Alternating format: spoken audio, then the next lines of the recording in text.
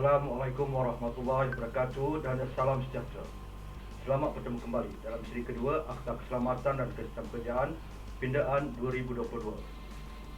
Bagi memudahkan penerangan, Akta Keselamatan dan Ketenagakerjaan 1944 dirujuk sebagai Akta Ibu atau Akta 514. Manakala Akta Keselamatan dan Ketenagakerjaan Pindaan 2022 pula dirujuk sebagai Akta A1648. Tumpuan siri ini adalah pindaan yang terdapat dalam bahagian 2 Pelantikan Pegawai Akta 514. Bahagian 2 Akta 514 menggunakan Kepala Pelantikan Pegawai. Ia dipinda melalui Seksyen 4 Akta A168. Seksyen tersebut menetapkan Kepala Bahagian 2 Akta Ibu dipinda dengan memasukkan selepas perkataan pegawai, perkataan Badan Pemeriksaan Bebas dan orang berlesen. Oleh yang demikian, Kepala Baharu Bahagian 2 perlu dipetik sebagai Pelantikan Pegawai, Badan Pemeriksaan Bebas dan orang berlesen. Selain itu, pindaan bahagian ini memasukkan 4 seksyen baharu di bawah Seksyen 7. Pindaan Seksyen 5, Pelantikan Pegawai dan sebagainya. Di bawah Akta 514, peruntukan Subseksyen 1 menetapkan kewajipan Menteri untuk melantik seorang pegawai awam menjadi Ketua Pengarah Keselamatan dan Ketenagakerjaan. Dalam akta ini disebut Ketua Pengarah bagi maksud menjalankan kuasa, melaksanakan fungsi dan menunaikan kewajipan yang diberikan kepadanya di bawah akta ini. Setelah dipinda, Subseksyen 1 menetapkan Menteri hendaklah melantik daripada kalangan pegawai dalam skim perkhidmatan kilang dan jentera. Perenggan A sebagai Ketua Pengarah bagi maksud menjalankan kuasa dan melaksanakan kewajipan yang diberikan kepadanya di bawah akta ini. Dan di bawah perenggan B, apa-apa bilangan timbalan Ketua Pengarah, Pengarah, timbalan pengarah, penolong pengarah dan pegawai keselamatan dan ketenagakerjaan lain sebagaimana yang perlu bagi maksud akta ini. Subseksyen 2 dan Subseksyen 3 Akta 514 dipinda dan berubah urutan kedudukannya. Akta A1648 menetapkan peruntukan Subseksyen 2 mengikut peruntukan Subseksyen 3 Akta 514 seperti berikut. Jika atas apa-apa sebab Ketua Pengarah tidak dapat menjalankan kuasa atau melaksanakan kewajipan jawatannya, kuasa atau kewajipan itu hendaklah dijalankan atau dilaksanakan oleh timbalan Ketua Pengarah. Manakala Subseksyen 2 Akta 540 menjadikan Subseksyen 3 Akta A1648 seperti berikut. Menteri boleh melantik mana-mana pegawai awam daripada mana-mana skim perkhidmatan selain yang dinyatakan dalam Subseksyen 1 untuk menjadi pegawai bagi semua atau mana-mana maksud akta ini sebagaimana yang dinyatakan dalam instrumen pelantikan. Subseksyen 4 Akta 514 menetapkan tertakluk kepada apa-apa pembatasan yang ditetapkan melalui peraturan yang dibuat di bawah bahagian 14 akta ini, seseorang pegawai yang dilantik di bawah Subseksyen 2 hendaklah melaksanakan semua kewajipan yang dikenakan ke atas dan boleh menjalankan kesemua kewajipan yang diberikan kepada Ketua Pengarah di bawah akta ini. Dan tiap-tiap kewajipan yang dilaksanakan dan kuasa yang dijalankan hendaklah disifatkan telah dilaksanakan dan dijalankan dengan sewajarnya bagi maksud akta ini. Pindaan ke atas Subseksyen tersebut dibuat dengan memotong bahagian 14 akta dan Subseksyen 2 dan menggantikannya dengan perenggan 1(B) dan Subseksyen 3. Setelah dipinda, Subseksyen 4 perlu dipetik seperti berikut. Tertakluk kepada apa-apa batasan sebagaimana yang ditetapkan, pegawai yang dilantik di bawah perenggan 1(B) dan Subseksyen 3 hendaklah melaksanakan semua kewajipan yang diberikan dan boleh menjalankan semua kuasa yang diberikan kepada Ketua Pengarah di bawah akta ini. Dan tiap-tiap kewajipan yang dilaksanakan dan kuasa yang dijalankan itu hendaklah disifatkan telah dilaksanakan dan dijalankan dengan sewajarnya bagi maksud akta ini. Pindaan Seksyen 6 Pelantikan Badan Pemeriksaan Bebas. Subseksyen 1 Akta 514 dipinda melalui beberapa perenggan di bawah Seksyen 6 Akta A1648. Pindaan kepada Subseksyen 4 ditetapkan di bawah 2 perenggan dan 3 sub-perenggan. Perenggan A dalam Subseksyen 3 dilakukan dengan menggantikan perkataan seseorang pegawai yang dilantik di bawah Seksyen 5 Subseksyen 2 dan seseorang dengan perkataan seseorang. Setelah dipinda, ia sepatutnya menjadi begini. Seseorang atau sesuatu badan pemeriksaan bebas yang dilantik di bawah Subseksyen 1 hendaklah tertakluk kepada kawalan, arahan dan pengawasan Ketua Pengarah. Bawah perenggan B dalam subsection 4, subperenggan 1 menggantikan perkataan ketua pengarah dan semua pegawai yang dilantik di bawah section 5, subsection 2 dan seorang dengan perkataan seseorang. Subperenggan 2 pula dengan memotong koma yang terdapat selepas perkataan subsection 1. Setelah dipinda, ia sepatutnya seperti berikut. Seseorang atau sesuatu badan pemeriksaan bebas yang dilantik di bawah subsection 1 hendaklah disifatkan sebagai pegawai awam mengikut pengertian Kanun Keselesaan Akta 574. Dalam subperenggan 3, bagi teks bahasa Inggeris, menggantikan perkataan public servant dengan perkataan a public servant. Setelah dipinda, ia sepatutnya dipetik sebagai a person or an independent inspecting body appointed under subsection 1 shall be deemed to be a public servant within the meaning of the Penal Code Act 574. Pindah section 7, perakuan pemberi kuasaan. Section 7, subsection 1, Akta Ibu dipinda dengan menggantikan perkataan akta ini dengan perkataan perenggan 5(1)(b) dan subsection 5(3). Peruntukan tersebut sepatutnya menjadi sebegini. Ketua pengarah hendaklah mengeluarkan kepada tiap-tiap pegawai yang dilantik di bawah perenggan 5(1)(b) dan subsection 5(3) suatu perakuan pemberi kuasaan yang hendaklah ditunjukkan apabila diminta kepada penghuni atau mana-mana orang yang menjaga sesuatu tempat kerja yang pegawai itu berhasrat untuk memasuki menurut akta ini. Bagi subsection 8, Akta Ibu dipinda dengan memasukkan selepas section 7 section baru yang berikut, iaitu section 7A, 7B, 7C dan 7D. Section 7A, pelantikan orang berlesen dan sebagainya. Section ini mempunyai 8 subsection dengan subsection 2, 9 perenggan, subsection 4, 2 perenggan dan subsection 5, 3 perenggan. Subsection 1, walau apa-apa juga peruntukan lain akta ini, Menteri hendaklah mempunyai kuasa untuk memberikan lesen atas apa-apa syarat sebagaimana yang difikirkannya patut kepada mana-mana orang untuk menjalankan pemeriksaan apa-apa loji yang ditetapkan oleh Menteri dan mengeluarkan perakuan kelayakan berkenaan dengan loji yang diperiksa itu. Di bawah subsection 2, Menteri boleh bagi maksud subsection 1 dan tanpa menjejaskan keluasan subsection 1 membuat perintah yang disiarkan dalam warta bagi maksud yang berikut. Perenggan A, untuk mendapatkan kelayakan dan standard kekompitenan orang yang akan diambil kerja oleh orang berlesen. Perenggan B, untuk menetapkan kuasa orang yang diambil kerja oleh orang berlesen untuk menjalankan fungsi orang berlesen. Perenggan C, untuk menetapkan rekod yang hendaklah disimpan oleh orang berlesen.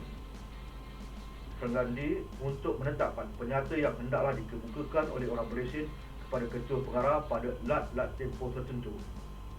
Perenggan E, untuk mengawal selia pemeriksaan oleh ketua pengarah terhadap premis orang berlesen dan rekod yang disimpan di premis itu. Perenggan F, untuk menetapkan standard pemeriksaan untuk dipatuhi oleh orang berlesen. Dan perenggan G, untuk menetapkan fungsi atau kewajipan yang hendaklah dijalankan oleh orang berlesen.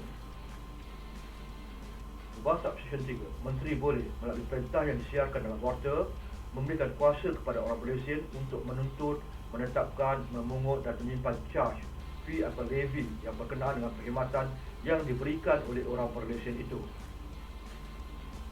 Subsection 4, suatu perintah yang dibuat di bawah subsection 3 hendaklah menyatakan perenggan A, jenis perkhidmatan yang berkenaan dengan charge, fee atau levy boleh dituntut, dipungut dan disimpan. Dan perenggan B, tempoh pemberian kuasa untuk menuntut, memungut dan menyimpan charge, fee atau levy itu.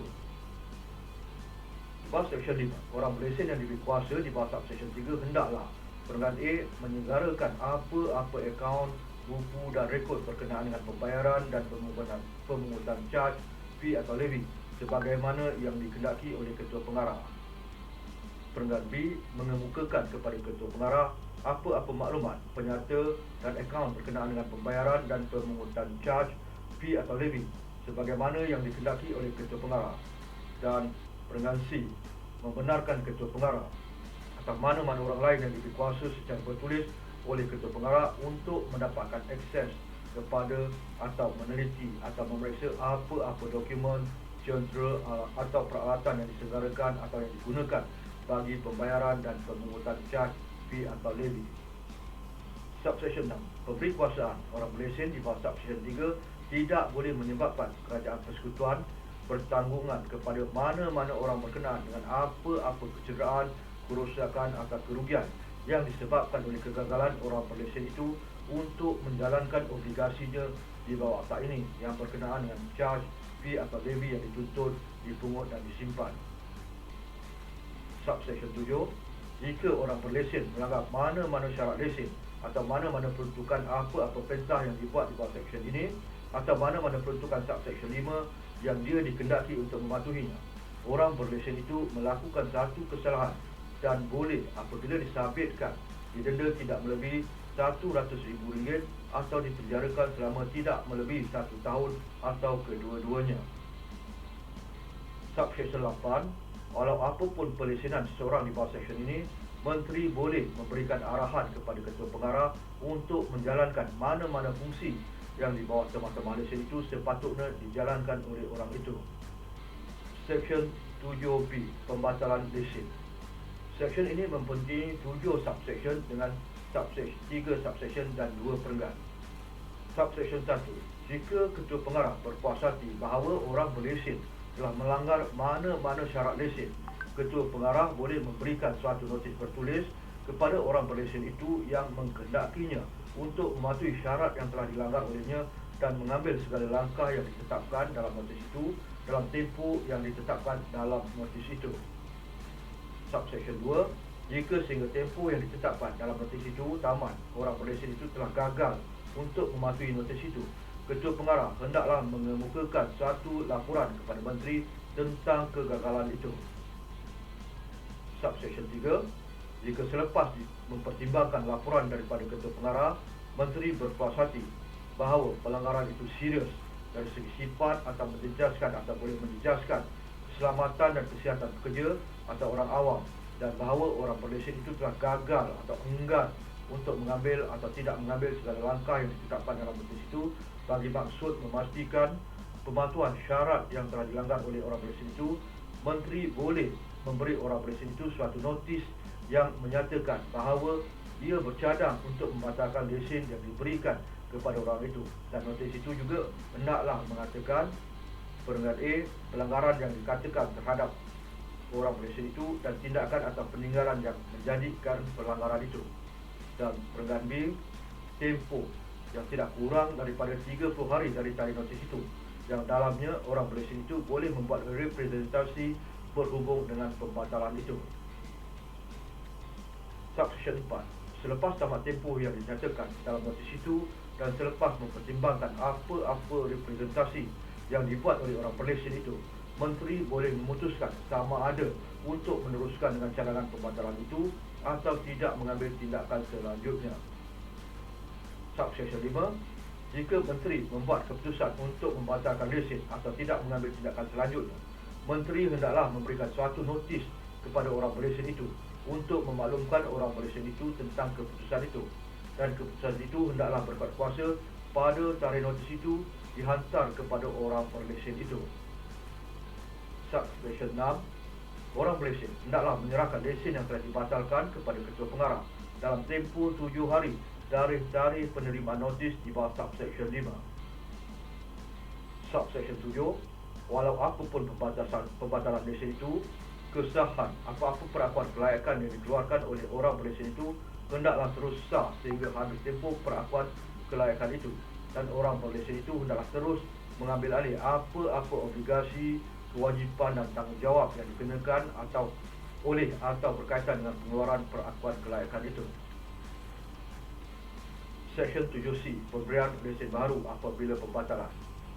Section ini mempunyai 2 subsection, iaitu Subsection 1. Apabila suatu lesen dibatalkan di bawah Section 7B, Menteri boleh selepas berunding dengan Ketua Pengarah melantik orang lain untuk menjalankan, menunaikan, mengambil alih atau melaksanakan apa-apa fungsi, obligasi, kewajipan, tanggungjawab dan syarat yang diberikan atau yang dikenakan oleh lesen yang dibatalkan itu, dan untuk menerima apa-apa pembayaran, faedah atau keistimewaan yang orang yang lesennya dibatalkan itu berhak untuk menerima atau menikmati di bawah tema-tema dan syarat-syarat lesen itu. Subsection 2, orang yang lesennya dibatalkan hendaklah memberikan segala bantuan dan kerjasama yang perlu kepada orang yang dilantik oleh menteri di bawah subsection 1. Section 7D, menyatakan diri sebagai orang berlesen. Section ini mempunyai dua subsection, iaitu subsection 1, seseorang tidak boleh menyatakan dirinya sebagai orang berlesen jika dia tidak pernah diberikan lesen di bawah section 7A atau lesen yang diberikan kepadanya telah dibatalkan di bawah section 7B. Subsection 2, seseorang yang melanggar subsection 1 melakukan suatu kesalahan dan boleh apabila disabitkan didenda tidak melebihi RM200,000 atau dipenjarakan selama tempoh tidak melebihi 2 tahun atau kedua-duanya. Sekian untuk siri ini. InsyaAllah siri berikutnya akan mengutarakan pindahan di bawah bahagian 3 Majlis Negara bagi Keselamatan dan Kesihatan Pekerjaan. Disudahi dengan wabillahi taufiq wal hidayah. Wassalamualaikum warahmatullahi wabarakatuh dan salam sejahtera.